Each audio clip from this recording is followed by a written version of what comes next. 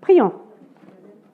Notre Dieu, notre Père, nous te louons pour ce temps merveilleux que tu nous donnes ensemble de nous retrouver entre femmes de tout âge, de tout horizon, mais vraiment unies en ton nom et centrées sur toi et pas sur notre nombril. Aide-nous de le faire vraiment dans notre vie. Souvent, nous ne le faisons pas et on pense à nos petits bobos, on pense, moi, à ma solitude. L'autre pense à son poids, l'autre pense à sa grandeur, à sa hauteur, à sa largeur, toutes sortes de choses. Et Seigneur, aide-nous à nous centrer sur toi et à voir aussi les besoins des autres. Merci pour ce beau chant que nous avons chanté ensemble. Merci aussi, Seigneur, pour ce sketch et pour la franchise, l'honnêteté de mes amis et combien j'admire Janine que toujours avec John nous font rire, mais ils nous font aussi réfléchir parce que ce sont des leçons finalement qu'on apprend au travers de ces sketchs. Visite-nous ce soir, tu connais les besoins de chacune. Merci pour les temps de repos qu'on a eu cet après-midi, les sorties. Et là, on veut se centrer sur ta parole et sur le caractère d'Esther parce que nous voulons apprendre d'elle et nous voulons aussi l'imiter dans ce qu'elle nous laisse comme exemple. Bénis-nous, Seigneur, au nom de notre Seigneur Jésus-Christ, qui est mort sur la croix pour nous, qui nous a montré le chemin de l'amour et que nous essayons avec toute notre faiblesse de le suivre. Nous te louons et nous te bénissons. Amen. Alors, nous arrivons à ce deuxième... Oh, merci pour ce petit machin. Je voudrais vous lire quelques petits passages du livre d'Esther. Je me rends compte que beaucoup, en tout cas pas beaucoup, quelques-unes, qu'on m'a dit que ne connaissaient pas le livre d'Esther. Et je pensais que je venais sur des chantiers battus, que tout le monde connaissait l'histoire. Alors, ça fait plaisir de savoir qu'il y a quelques-unes parmi vous qui ne connaissiez pas du tout le livre d'Esther même. Alors, au chapitre 2, je vais lire quelques petits versets avant d'aller à notre thème. On a parlé déjà d'Esther qui était choisie, mais dans le verset 15 du chapitre 2, nous lisons « Lorsque son tour d'aller devant le roi fut arrivé, Esther, fille d'Abicaïl, oncle de Mardochée, qui l'avait adoptée pour fille, ne demanda que ce qui lui fit assigner par Hégaï, eunuque du roi et gardien des femmes. Esther trouvait grâce aux yeux de tous ceux qui la voyaient. Esther fut conduite auprès du roi Assuérus dans sa maison royale le 10e mois, qui est le mois de Tébet, la 7e année de son règne. Le roi aimait Esther plus que toutes les autres femmes et elle obtint grâce et faveur devant lui plus que toutes les autres jeunes filles. Il mit sa couronne royale sur sa tête et la fit reine à la place de Vashti. Le roi donna un grand festin à tous ses princes et à ses serviteurs, un festin d'honneur d'Esther. Il accorda du repos aux provinces, de petits détails importants, et il fit des présents avec une libéralité royale. Et après, on a lu déjà qu'il n'avait pas fait connaître son identité, sa nationalité. Au chapitre 4, on arrive après cette grande annonce terrible, plutôt que Mardochée avait appris qu'Aman, cet homme Agaïte, qui était un ennemi des Juifs, un antisémite, comme on disait hier à l'introduction, a voulu, parce que Mardochée n'a pas fléchi les genoux devant lui. Et dans vos questions ce matin, je vous ai posé la question au sens figuré, jusqu'à où on peut y aller de fléchir les genoux devant les Haman de notre monde. Et donc, Haman avait décidé de détruire tous les Juifs, un grand génocide, et il a fait connaître cette grosse nouvelle, on peut dire terrifiante, à Esther par l'intermédiaire des messagers qu'il envoyait. Et il lui a dit « Fais quelque chose ». Il ordonna à Esther, au chapitre 4, verset 8, d'aller voir le roi pour lui demander la grâce et d'implorer la faveur de son peuple. Bien sûr, Esther chargea le messager de lui dire « Mais je ne peux pas aller voir le roi et il ne m'a pas appelé depuis 30 jours ».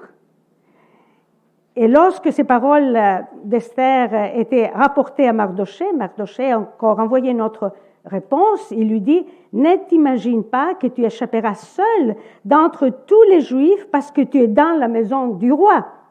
Car Si tu t'étais maintenant, le secours, ça c'est la clé, pensez un peu à ce livre, c'est la clé du livre, c'est le point central du livre. Là, on voit vraiment le caractère d'Esther, elle va se manifester. Mardochée lui dit, ne pense pas que tu vas échapper, peut-être toi, tu vas échapper, mais Dieu va intervenir, va sauver son peuple si toi, tu n'interviens pas. Mais peut-être Dieu t'a mis à cette place-là comme femme du roi pour un temps comme celui-ci. Pour un temps comme celui-ci. Ce soir, vous êtes aussi pour un temps comme celui-ci. Là où Dieu nous place, là où Dieu nous conduit, on est là pour un temps comme celui-ci. Alors Esther a entendu ces paroles et elle renvoie bien sûr un message. Elle dit, on va parler de ça demain, ça fait partie de ses actes, mais là aussi on voit son caractère. Elle ordonne que tout le monde jeûne pendant 3 jours et 3 nuits, et ça veut dire aussi la prière. Et elle dit, après cela, j'entrerai chez le roi, malgré que la loi m'interdit d'y aller, et si je dois périr, je périrai. C'est là qu'on voit la grandeur d'Esther. Si je dois périr, je périrai. Le 23 février 1987, pas si loin que ça, est apparue une étoile bien spéciale, un genre d'étoile qui n'était pas apparu depuis 383 ans. Elle a eu l'éclat de 100 millions d'étoiles. Je ne suis pas scientifique, je copiais ce que je trouvais, ce que j'ai vu, que j'ai pris comme illustration. Les scientifiques ont essayé de comprendre la complexité de ce genre d'étoile et comment un tel phénomène arrive. Ils ont appelé cette étoile une supernova. Ils ont dit qu'une telle étoile apparaît lorsqu'une autre étoile meurt sous de terribles pressions atmosphériques. De tous les phénomènes célestes, c'est le plus violent. En quelques secondes, une étoile explose, projetant dans l'espace une partie de sa matière à des vitesses prodigieuses. On aperçoit alors dans le ciel une étoile bien plus brillante qu'à l'accoutumée, lançant dans l'espace son dernier message lumineux, signal de son agonie apocalyptique. C'est ça que la NASA a dit. Elle fut aussi aisément visible par l'œil. Voilà les photos de la supernova. Esther était une supernova de Dieu. Dieu a permis qu'elle passe par une grande souffrance et que Vashti, l'autre reine, disparaisse du trône de Perse afin qu'elle apparaisse et qu'elle devienne vraiment visible devant tout le monde, qu'elle démontre sa beauté et son caractère. Esther est devenue reine sans faire du bruit. Ce n'était pas par son choix, de toute manière. Elle a suivi les directives des autres. C'est les autres qui ont décidé pour elle, donc elle a obéi. Elle semble avoir un caractère doux, soumis et tranquille. Tout le monde parlait de sa beauté, bien sûr, tout le monde a su quand elle était élue, choisie par le roi comme reine, mais personne ne soupçonnait la force et l'intégrité de son caractère. Et lorsque la crise est arrivée au royaume d'Assyrus contre les Juifs, Esther s'élevait comme une lionne pour défendre leur vie. Elle a passé le test de la crise et les pressions lui ont permis de manifester l'intégrité de son caractère. Il est certain que tout le monde en Perse avait entendu parler de ses choix, comment le roi l'avait pris parce qu'elle était la plus belle fille du royaume. Mais personne ne savait son origine vraiment, ni son statut d'immigrante, d'orpheline, sauf tous les clans des Juifs. Dieu travaillait dans le secret et derrière la scène, il veillait sur son enfant parce que cet enfant, cette fille de Dieu, allait vraiment être un agent pour accomplir une très grande mission. Elle ne le savait pas, mais Dieu travaillait, l'a préparée pour ça. Elle allait être donc un instrument précieux dans les mains de Dieu. C'est lui qui avait dirigé le cœur du roi à ce moment-là, et c'est lui qui a voulu qu'elle paraisse comme une supernova, cette supernova en 1987. Un titre que j'aime souvent donner au livre d'Esther lorsqu'on l'étudie chapitre par chapitre, c'est « Force dans l'adversité ». Lorsque nous nous trouvons au milieu d'un drame, d'une souffrance qui dépasse nos capacités de l'endurer, il est très difficile de croire que Dieu est là. C'est une des questions que je vous ai posées aussi ce matin. Que Dieu est là près de nous, qu'il travaille dans le secret, qu'il a tout le contrôle et qu'il va agir à un certain moment à notre faveur. Mais quand on est au milieu d'une souffrance, on ne peut pas le voir. Lorsque nous traversons de telles situations, il nous est impossible de voir clair, de même comprendre pourquoi Dieu permet de telles souffrances dans notre vie. Seulement en rétrospective, nous pouvons voir qu'effectivement, Dieu était là avec nous tout le temps. Quelqu'un a dit, l'épreuve est l'étape annonciatrice d'un progrès. L'épreuve annonce du progrès. Il faut avoir la foi à un Dieu tout-puissant qui est capable de faire cela. Quelqu'un d'autre a dit, c'est Dostoïevski d'ailleurs, la foi n'est pas le résultat d'un miracle, mais le miracle s'est produit à cause de la foi. Vous voyez, les gens attendent de voir des miracles pour croire. Ça ne se fera jamais. Il faut croire pour voir les miracles. Et quelqu'un d'autre a dit, la tragédie et la souffrance ne nous laissent, j'aime ça beaucoup comme les autres, ne nous laissent jamais là où elles nous ont trouvés. Je répète, la tragédie et la souffrance ne nous laissent jamais là où elles nous ont trouvés. Il y a souvent une compensation pour chaque épreuve. C'est un extrait du livre de Chaque. Je ne sais pas s'il y en a parmi vous qui ont lu La Cabane. Je l'ai lu dernièrement en anglais de Chaque. C'est ça qu'il dit, le gars, à un certain moment. Et il y a souvent une compensation dans chaque épreuve si on l'examine bien. Donc, essayons un peu de découvrir, d'analyser le caractère d'Esther au travers de ça. Je répète, vous allez me dire, mais tu l'as déjà dit, tu iras d'autres ou quoi? Esther était une jeune fille orpheline de père et de mère. Elle est élevée par son grand cousin Mardoché, qui sans doute lui a transmis la foi juive, la foi à un Dieu tout-puissant, mais elle grandissait dans un milieu idolâtre. Elle avait vécu déjà des difficultés qui étaient au-delà de ses forces. Devant des crises, les gens prennent différentes, on peut dire, attitudes ou agissent de façon différente. Il y en a qui deviennent des lâches, ils abandonnent tout, il y a des compromis, surtout des chrétiens. J'ai vu tellement de chrétiens ici qui, après des épreuves, ils ont tout laissé tomber. D'autres deviennent plus résilients et ils se battent pour surmonter les épreuves. Esther aurait pu s'arranger très, très bien, trouver toutes sortes d'excuses devant les défis qu'elle allait rencontrer. Mais elle ne l'a pas fait. En lisant son histoire, nous sommes émerveillés par son caractère spécial, fort et intègre. Elle était forte parce qu'elle a pu surmonter des handicaps et il y a eu une évangélisation en profondeur dans son cœur. C'est ça que je dis. Elle a eu plein de blessures psychologiques et morales, mais elle a laissé Dieu la guérir. Ça, c'est son secret. Et je dis cela parce qu'autrement, elle n'aurait pas pu faire ce qu'elle a fait. Qu'est-ce qui a produit ce caractère chez Esther?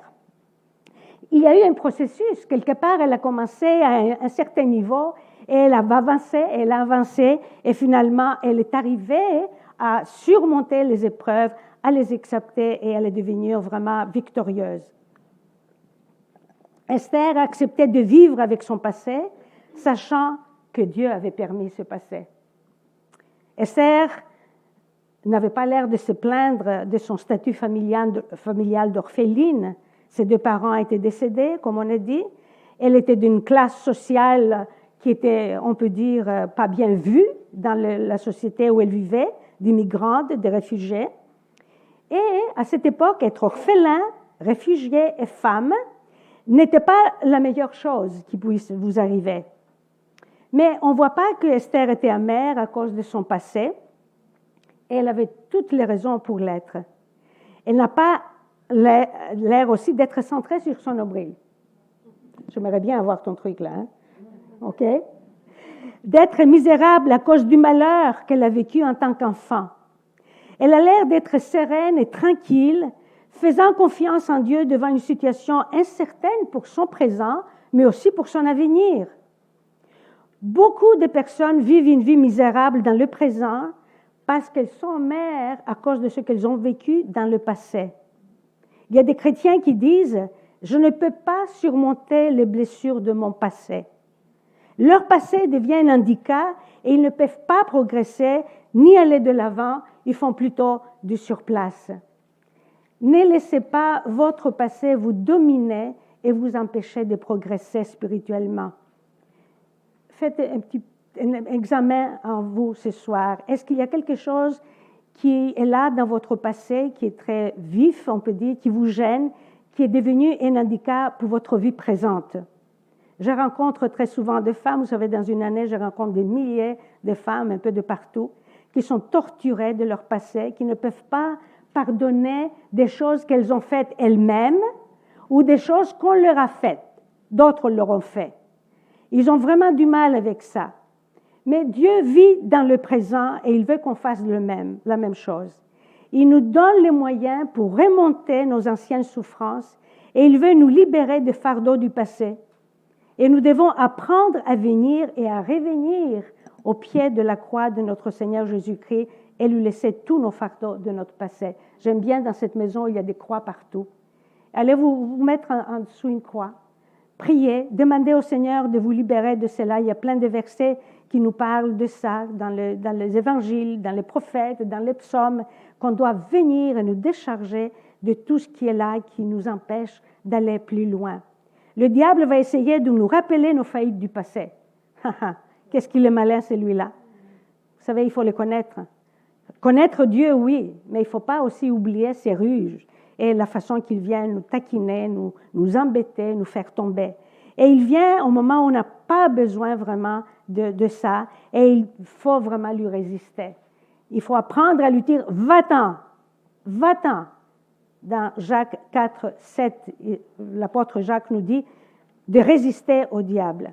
Il faut confronter son passé. J'ai écouté ça dernièrement d'un cinéaste français qui a fait un film qui va sortir, d'ailleurs j'aimerais bien le voir, sur Louisiane et la catastrophe après Katrina. Et comment les gens ont du mal encore à surmonter. Et ce cinéaste français qui est venu pour la semaine de film international à Montréal. Vous voyez, je suis au courant des nouvelles. Hein? Il a dit, il faut confronter son passé pour affronter le présent. C'est ça qu'il a dit, c'est ça qu'il montre par son film. Parce qu'il a vu plein de gens qui sont encore dans Katrina, n'est-ce pas? Ça fait 4 ans que Katrina est passée, mais bien sûr, ils n'ont pas eu l'aide non plus du gouvernement américain. Ils sont là, ils tournent toujours avec cette tourmente, avec cette souffrance qu'ils ont vécue. Et il dit, il faut confronter son passé pour affronter le présent. Donc, en acceptant l'état de son passé, Esther a réalisé que son présent et son avenir faisaient partie du grand plan de Dieu pour elle. Voyez les étapes, c'est là que je vois son caractère. Les plans de Dieu sont éternels. J'aime beaucoup Jérémie 29, 11, que beaucoup d'entre vous devez connaître. Dieu a des plans d'amour et de paix pour nous. Nous, on s'est fait toutes sortes d'idées sur Dieu et ce qu'il pense de nous. Dieu ne pense rien de vous, il vous aime. C'est tout ce qu'il pense. Quand il vous voit, il dit, mais je l'aime, je t'aime. C'est tout ce qu'il pense de nous. Et nous, on se dit, oh, je ne suis pas correcte avec lui, et lui, il est fâché avec moi. Voilà, je le vois dans ma vie, ben voilà, j'ai des embêtements, et c'est parce qu'il est fâché avec moi. Il n'est pas fâché avec nous, il nous aime. C'est tout ce que Dieu a pour nous, des plans d'amour. C'est une merveilleuse promesse. Et il a des plans d'amour pour l'avenir pour nous. Si nous nous rappelons de cela, nous pourrons accepter les grandes épreuves de notre vie. Autrement, on ne peut pas les accepter. Mais si on enlève ça de notre foi, de notre évangile, alors tout tombe. Tout vraiment ne tient plus. Nous devons croire que Dieu a le contrôle sur toutes choses, même si nous ne pouvons pas comprendre ce qui nous arrive quand il nous arrive. J'aime beaucoup Corrie ten Boom, c'est une de mes fans, on peut dire. J'aime la lire, j'aime citer ses exemples, j'aime citer sa vie. Jeudi soir, je soupais avec des amis arméniens. à Laval avec des amis grecs et ils avaient invité d'autres amis de leur voisinage et ces gens-là n'étaient pas chrétiens et on parlait de la foi, etc., du pardon. Et les Arméniens, bien sûr, vous savez, ils ont toujours ce que la Turquie n'a jamais reconnu, le génocide qu'ils ont eu. Et bien sûr, ça montre aussi l'animosité qui existe toujours entre les gens qui ne sont pas chrétiens. Alors je leur ai dit, mais vous savez, moi aussi, je vais aller en Albanie bientôt. Dans 2 semaines, Dieu voulant, pensez à moi, je serai en pleine conférence pour la première fois en Albanie avec des femmes. Et mon grand-père maternel a été tué par les Albanais. J'ai vu des chrétiens bulgares dans une conférence en Europe il y a 3-4 ans. Et mon père a été battu presque à la mort par les Bulgares. Il a fui l'Istanbul, c'est un grec d'Istanbul. Vous voyez un peu mon arrière-plan d'où je viens, là, tout de suite. Et je dis, mais vous savez, moi aussi, je peux garder des rancunes et dire, non, je ne peux pas aller en Albanie parce que les Albanais, il y a 80 ans et plus, ont tué mon grand-père, n'est-ce pas? Mais je dis, et je citais un exemple de Corrie ten Boom avec son pardon. Vous savez, quand il rencontre ce gars de nazi qui l'avait vraiment torturé, qui voulait la voir toute nue, etc. Et ça impressionnait cette femme arménienne qui a encore des rancunes dans son cœur quand je lui dis qu'est-ce que Corrie ten Boom a fait. C'est pour ça que je vous dis, je la cite très, très souvent. C'est une femme extraordinaire et elle nous a laissé un grand héritage. Corrie ten Boom donne l'exemple, le témoignage de sa sœur Bessie qui lui enseignait ses leçons, on peut dire, quand ils étaient dans le camp de concentration de nazis. Et bien sûr, Bessie ne s'est jamais plainte. Elle a accepté les épreuves d'une manière très positive. Elle voyait Dieu agir là où ils étaient, même et réconforter les autres. Corrie était touchée, par exemple, de sa sœur qui partageait son expérience douloureuse pour témoigner de sa foi à d'autres personnes. Et elle a fait jusqu'à la fin de ses jours. Les gens disent souvent, pourquoi Dieu n'intervient-il pas pour telle ou telle situation? Pourquoi Dieu laisse triompher le mal, etc., etc. Le mal dans le monde est la conséquence du péché et des mauvais choix des hommes. Ce n'est pas Dieu qui veut le mal. Il tente jamais l'homme par le mal. C'est le résultat de notre rébellion contre Dieu. Pourquoi Esther et son peuple étaient en exil? Nous avons dit hier soir à l'introduction, c'était une des conséquences de la désobéissance de son peuple. Et Dieu a permis cela pour qu'ils puissent se réveiller. Mardochée et Esther connaissaient très bien leur histoire et ils gardaient cependant les promesses de Dieu dans leur cœur parce qu'ils savaient que Dieu avait promis qu'ils allaient revenir dans leur pays. Ceci vraiment les aidait à faire face à la souffrance du présent. Esther, après avoir accepté son passé et sachant que son présent et son avenir faisaient partie du grand plan de Dieu, elle était capable de comprendre que Dieu avait un plan pour sa vie. Sans parler ou prétendre de quelqu'un d'important, Esther a montré l'intégrité de son caractère face à la situation qu'elle vivait. Elle savait au fond d'elle-même que Dieu avait le contrôle de sa vie malgré les apparences. C'était vraiment son secret. Ce n'était pas Assyrus, son mari qui tenait les choses en main, c'était Dieu. Et nous avons, j'avais dit, des fausses idées souvent sur Dieu, et ça nous crée des peurs. On est tous, en principe, élevés dans une religion qui nous a créé la peur, n'est-ce pas? Il faut faire attention parce que Dieu va nous punir avec ça. Moi, j'ai grandi dans de ce genre de religion aussi en Grèce, l'orthodoxie. Pareil, fais attention, Dieu va te punir, etc. Donc, on s'est fait de toutes sortes d'idées sur Dieu.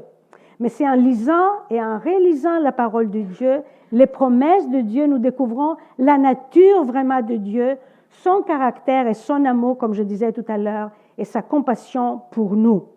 Lisez les promesses de la parole de Dieu. Je l'ai dit presque à chaque conférence, je ne sais pas, je m'arrange pour le mettre chaque fois.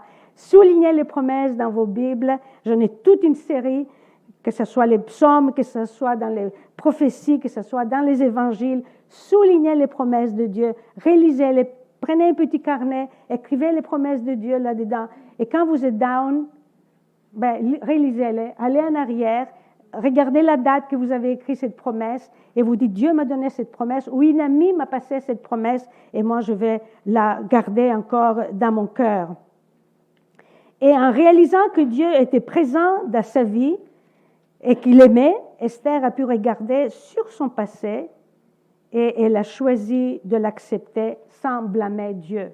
Nulle part on voit, n'est-ce pas, qu'elle a blâmé Dieu pour quoi que ce soit. Esther a dû laisser Dieu la guérir, essuyer toutes ses larmes. Elle a dû souvent pleurer en tant qu'enfant, en tant que jeune, mais elle a laissé Dieu penser toutes ses blessures. Elle devait être reconnaissante d'avoir été adoptée par son grand cousin Mardochée, qui semblait avoir une très bonne relation avec elle. Comme un bon juif, il lui a dû lui rappeler souvent les promesses de Dieu et la valeur de leur foi. Elle le respectait, elle l'écoutait, là aussi on voit son caractère, pas une jeune fille qui faisait sa crise d'adolescente, n'est-ce pas? Elle était là, elle respectait, elle continuait, elle écoutait les conseils, même lorsqu'elle est devenue reine. Mais elle avait ses propres idées. Et quand Mardochée lui dit, allez, agis, va tout de suite voir les rois.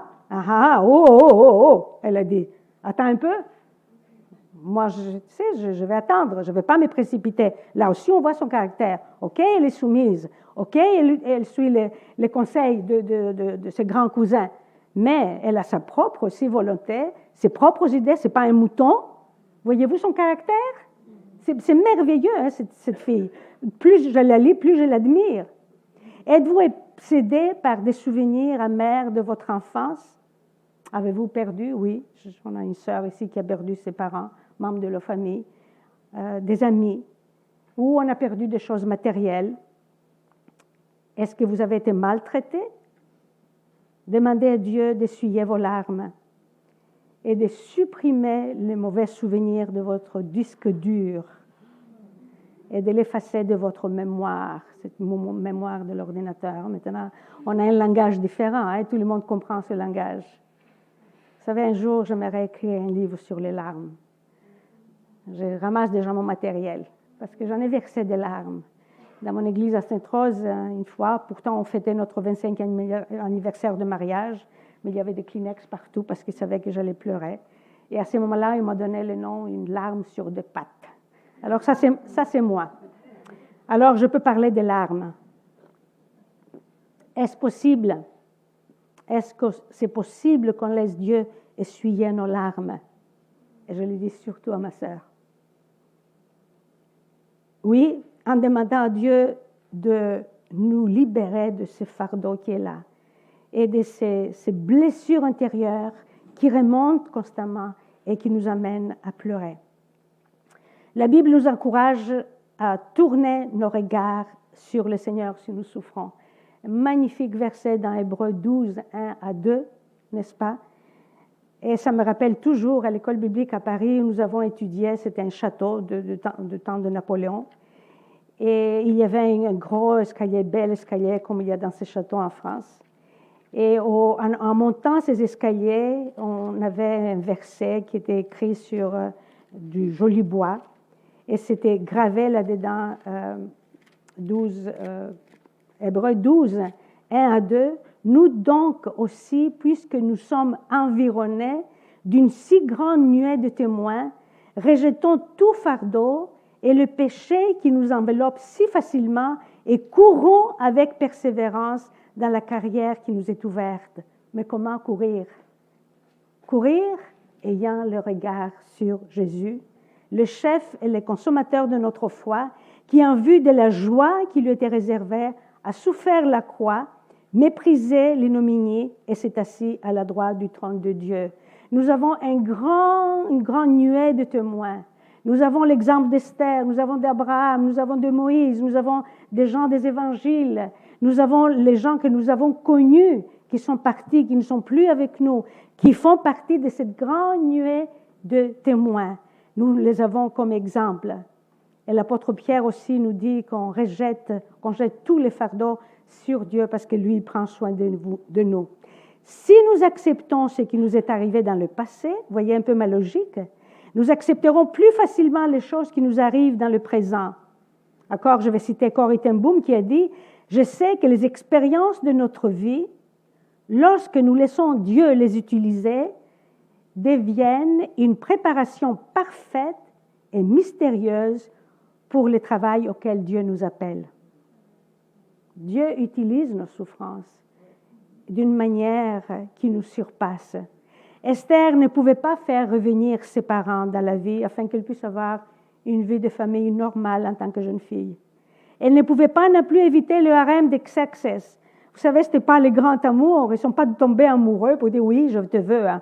Je veux te marier ». Non, ce n'était pas ça du tout. Je vous expliquais hier soir. Elle ne pouvait rien faire pour son présent. Elle ne pouvait rien faire pour son passé. Elle était prise captive avec son peuple. Elle devait qu'avancer là où elle était. Elle était prise par force au palais du roi. Elle n'a pas non plus choisi son tuteur. Hein, quand elle était petite, il était là, il l'a pris en charge, mais ce n'est pas elle qui a dit « OK, je veux que tu prennes soin de moi ». Elle ne pouvait pas choisir son mari, son compagnon de vie. Esther ne pouvait rien faire avec sa situation, elle ne pouvait que l'accepter. Ouf. Hein? On arrête là? C'est fort, hein?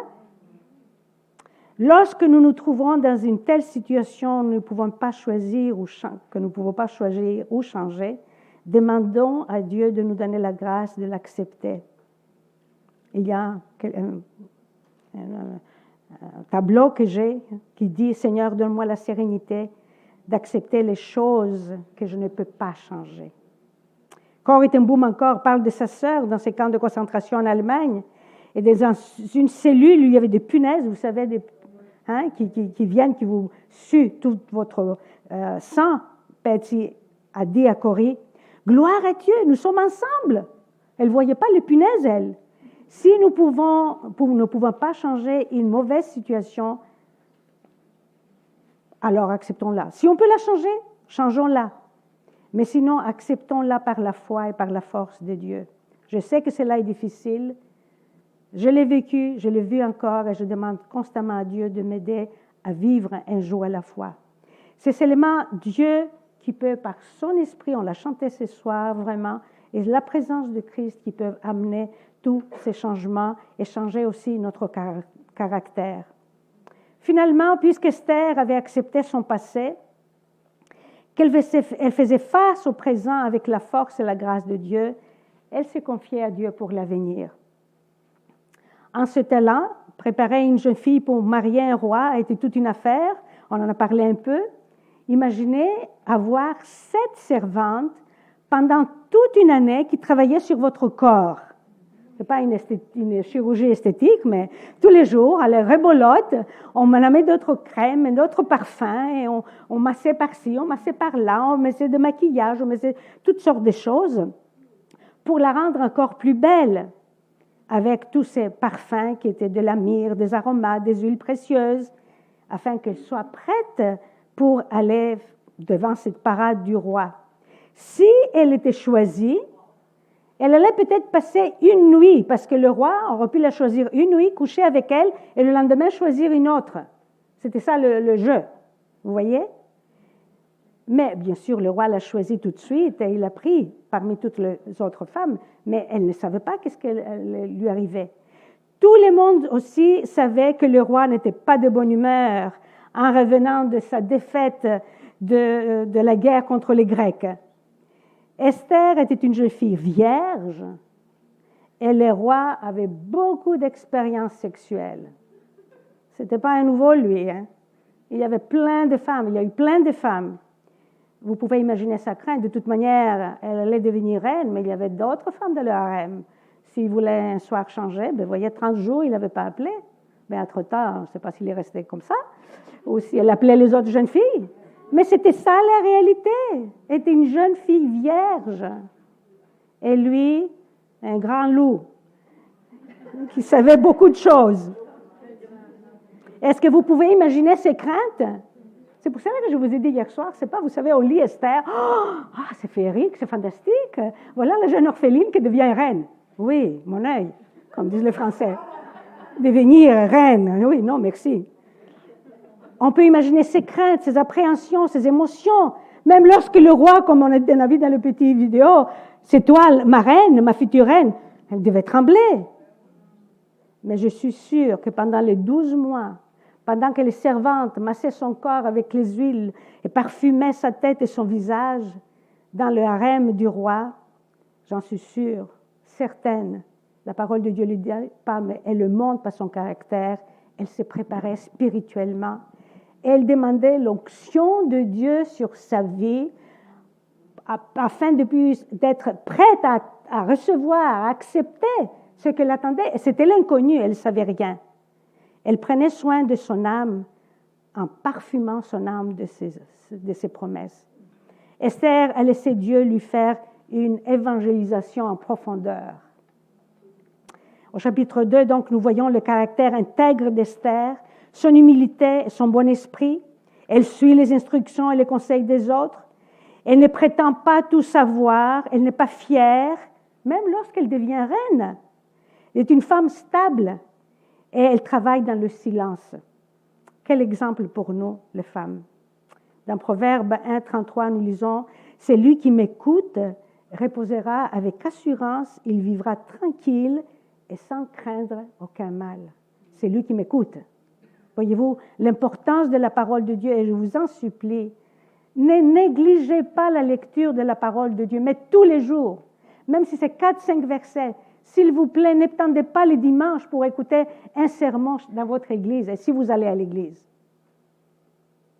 Est-ce que Dieu était présent dans cette situation terrible? Est-ce que Dieu vraiment allait se démontrer, se manifester? Ben oui. Non seulement le roi aimait Esther, mais elle obtient la grâce. Pardon, Janine. Je répète la grâce. Mais il a mis la couronne royale sur sa tête et il a fait un grand festin, un très grand festin. On a libéré même les prisonniers. C'était incroyable. Cette fête était très différente de la fête de la reine Vashti. Cette célébration, donc, était incroyable et tout le monde était dans la joie parce que déjà, l'influence de cette supernova, de cette étoile était déjà là. Sa lumière déjà brillait, sa lumière déjà influençait les autres. Quelques autres aspects de son caractère. On voit que Esther n'était pas une fille matérialiste, le verset que j'ai lu tout à l'heure. Elle avait l'occasion, avant de partir du harem, de prendre tout ce qu'elle pouvait. Les autres filles ont tout appris. Elle, non, elle a suivi les conseils d'Haggai et elle était respectueuse, donc elle a pris ce que lui a dit de prendre. Esther aussi n'était pas fière de sa beauté, toute humble. Elle n'est pas se promener et dire « Ah, le roi m'a choisi parce que moi, je suis la plus fine, la plus belle. » Non, pas du tout. Esther aussi acceptait le conseil des autres, Haggai, Mardoché, qui étaient ses amis, on peut dire. Et j'ai bien aimé le verset que Yolande a mis hier, avant-hier, maintenant, dans la dernière lettre qu'elle vous envoyait, les produits de beauté, les parfums, mettent le cœur en fête. La douceur et l'amitié est comme l'arôme le plus précieux. Merci, Yo-Yo. Voyez-vous, je glane partout, moi. Mais c'était actuel, je ne pouvais pas le laisser de côté. Alors, ça aussi, on fait ensemble, la beauté de l'amitié, le parfum, on s'encourage mutuellement, avec ce qu'on partage, on veut que vous soyez plus belle. Et cette douceur de l'amitié est comme l'arôme le plus précieux. Comme je disais aussi, cependant, Esther ne s'est pas laissée influencer par la demande de Mardoché. Quand il lui a dit, tu vas agir, maintenant, allez, dépêche-toi, fais ça, tu es là pour un temps comme celui-ci. On est menacé par Aman, on va être exécuté. Au contraire, elle a hésité, elle a pris position. Par la suite, bien sûr, elle va demander le soutien moral et spirituel de Mardoché et de tous les Juifs.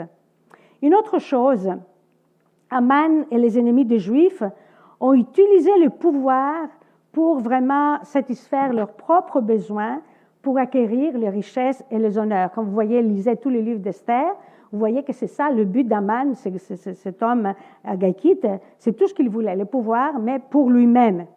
Et les gens, nous savons, cherchent le pouvoir par des combines politiques et par les tromperies. On a beaucoup d'exemples chez nos politiciens actuellement, n'est-ce pas? Je ne vais pas rentrer dans ces détails, mais vous suivez mon regard et vous savez de quoi je parle. Mardochée a gagné le pouvoir à cause de sa loyauté au roi. Esther a trouvé grâce, vraiment. Elle avait des vertus, elle était loyale, elle était honnête. La faveur qu'Esther a trouvée devant le roi lui donnait aussi la force, bien sûr, une fois qu'elle avait cette force. Tandis qu'Aman a montré qu'il cherchait le pouvoir pour ses buts personnels et égoïstes. Esther nous montre comment agir pour le bien des autres. Une autre chose importante, les deux considéraient la vie Mardochée, elle, que la vie des autres était plus importante que leur propre vie. Parce que Mardochée risquait sa vie comme Esther risquait sa vie. Ils ont eu l'amour pour les gens qui étaient en danger de mort. Et ça, c'est aussi une leçon spirituelle pour nous, parce que les gens autour de nous, vraiment, sont condamnés à mort. Que feriez-vous si vous aviez trouvé la cure pour le cancer ou pour une autre maladie que vous avez eue vous-même, mais qu'en la partageant, cette nouvelle, en donnant le remède aux autres, vous-même, vous risquez votre propre vie. Imaginons. C'est une hypothèse. Et c'est exactement ce qui est arrivé. Elle avait trouvé, eux, ils savaient vraiment la foi en Dieu, et ils voulaient la partager avec les autres et ils voulaient qu'ils soient aussi sauvés. Qu'est-ce que nous faisons pour partager notre secret d'être enfants de Dieu? Les gens autour de nous ont besoin d'être consolés, fortifiés, encouragés. Les gens sont perdus plus que jamais dans notre monde. Esther avait dans sa main la clé de la vie pour des milliers de personnes de son peuple qui étaient condamnées à mourir. Et le roi avait décidé de faire mourir ce peuple. Il y avait un jour déjà fixé. Ils avaient déjà jeté la loterie, comme on dit. Ils avaient trouvé la date. Et ils ont dit, c'est pour cela le Purim, on va en parler. C'était déjà décidé. Rien ne pouvait faire changer la loi des Mèdes et des Perses. Vous savez, comme un dicton. C'était ça, tout le monde le dit, dans toutes les langues, on dit que c'est pas la loi de paix et de mers chez nous. Souvent, les couples parlent de ça, ils disent, mais oui, tu veux poser ça, mais c'est pas la loi de Perse et de Mèdes. Mais à ce moment-là, c'était là. Si le roi disait une chose, il fallait que ça soit fait. Mais la reine Esther était juive, elle était née juive, rien ne pouvait changer sa race. Et avec des milliers de juifs, elle pouvait être aussi massacrée.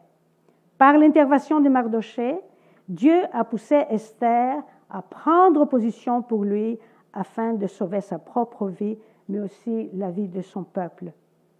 Esther était devant un grand défi.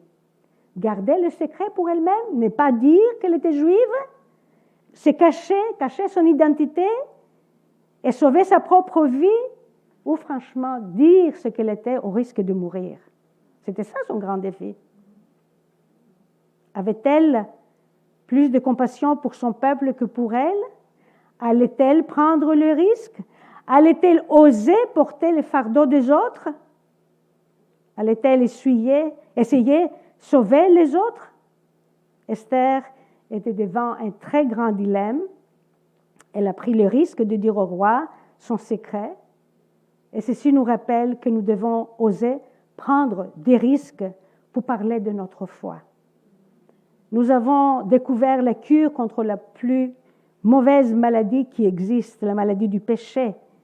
On ne parle pas beaucoup de péché. Même dernièrement, j'ai écouté un message et on a parlé des fautes. OK, des fautes, mais la Bible dit que c'est le péché. Et on a comme si peur de parler du péché. Pourquoi?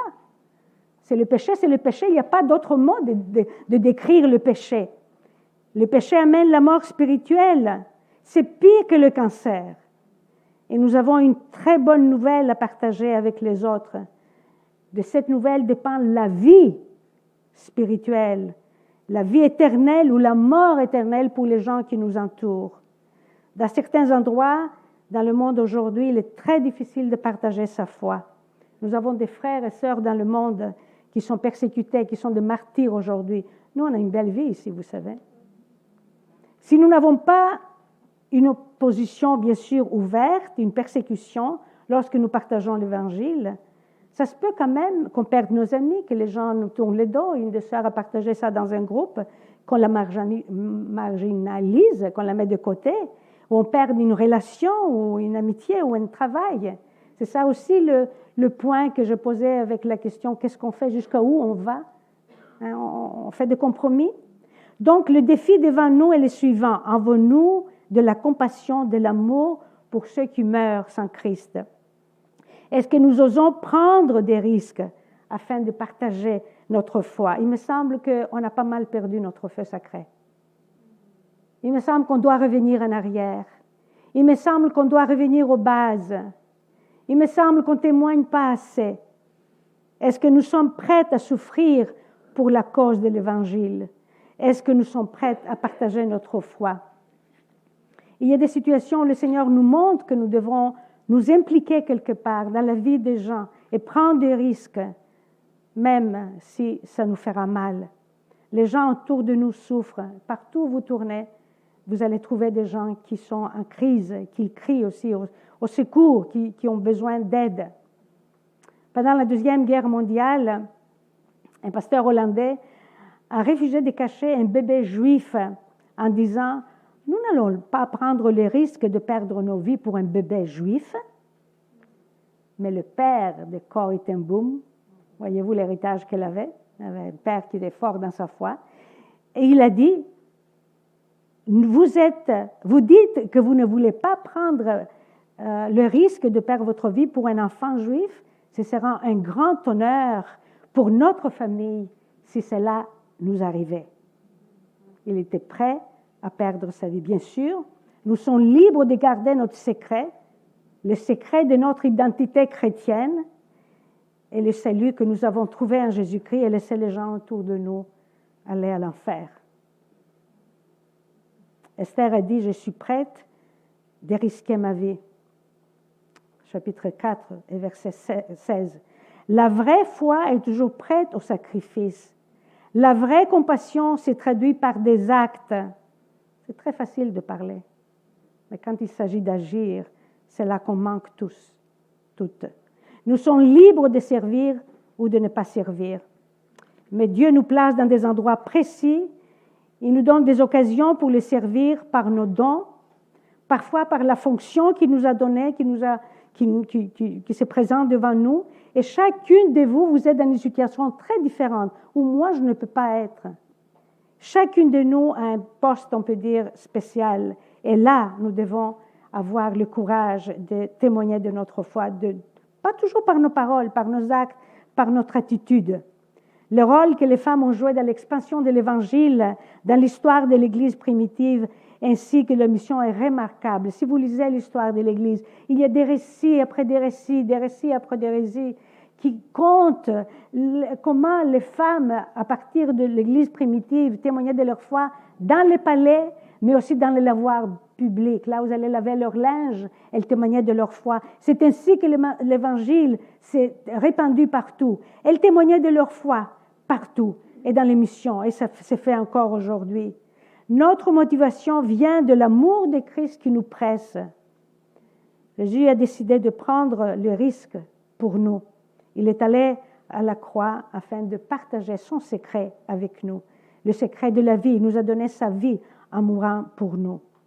Si nos cœurs ont été touchés par l'amour et la grâce de Dieu, si nous sommes conscientes du prix que Christ a payé pour nous, si nous comprenons un tout petit peu ce qu'il a fait pour nous, un tout petit peu, pas beaucoup, alors nous serons prêtes de faire des sacrifices pour lui. Le caractère intègre, entier, courageux et résilient a aidé Esther à faire face aux épreuves depuis son enfance. Elle avait des raisons valables pour se sentir paralysée et bloquée par sa situation, mais ce n'était pas le cas. Qu'est-ce qui vous paralyse aujourd'hui? Qu'est-ce qui vous fait peur? Quelle personne? Quelle chose? Quelle situation impossible? Mes amis, Dieu est là. Il vous précède. Il ira devant vous et il va vous bénir quand vous allez faire ce pas de foi et quand vous êtes prête à prendre le risque. Dieu veut que nous soyons des supernovas dans ce monde de ténèbres. Et plus on ira en avant, plus on fera face à de telles situations. Pour le faire, Il nous faut avoir un caractère intègre, avoir la beauté dont nous avons parlé ce matin, spirituelle surtout, et un cœur qui ne fait pas de compromis. Si nous voulons être une étoile pour Dieu, il nous faut cultiver un caractère intègre et par la grâce de Dieu accepter notre passé, maximiser sur notre présent et faire face à notre avenir par la foi, ce qui va nous enlever toute peur. Un dernier trait de caractère d'Esther, je trouve qu'Esther avait un grand self-control. Elle savait aussi très bien gérer ses sentiments.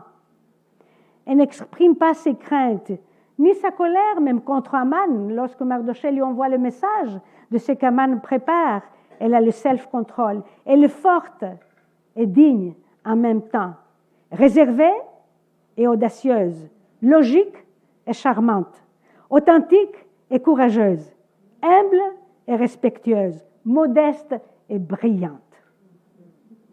Que Dieu nous aide à imiter Esther, à être des étoiles qui brillent pour Dieu dans notre monde. Voulez-vous être une supernova spirituelle? Si oui, êtes-vous prête d'accepter des pressions diverses que Dieu permettra peut-être, je ne dis pas qu'il le fera automatiquement, peut-être dans votre vie, afin de vous amener plus loin et de vous utiliser comme lui le veut? J'espère que nous avons tous ce désir et cette volonté de dire au Seigneur, oui Seigneur, amène ces forces dans ma vie, les pressions, les difficultés, tout ce que ça prend, afin que je devienne une supernova pour toi. Il faut qu'il le fasse. Et pour que une étoile puisse être vue, il faut qu'il fasse nuit. Donc, dans cette nuit, peut-être que nous allons traverser à un certain moment de notre vie, c'est là que Dieu va nous donner l'occasion de briller pour lui. Prions.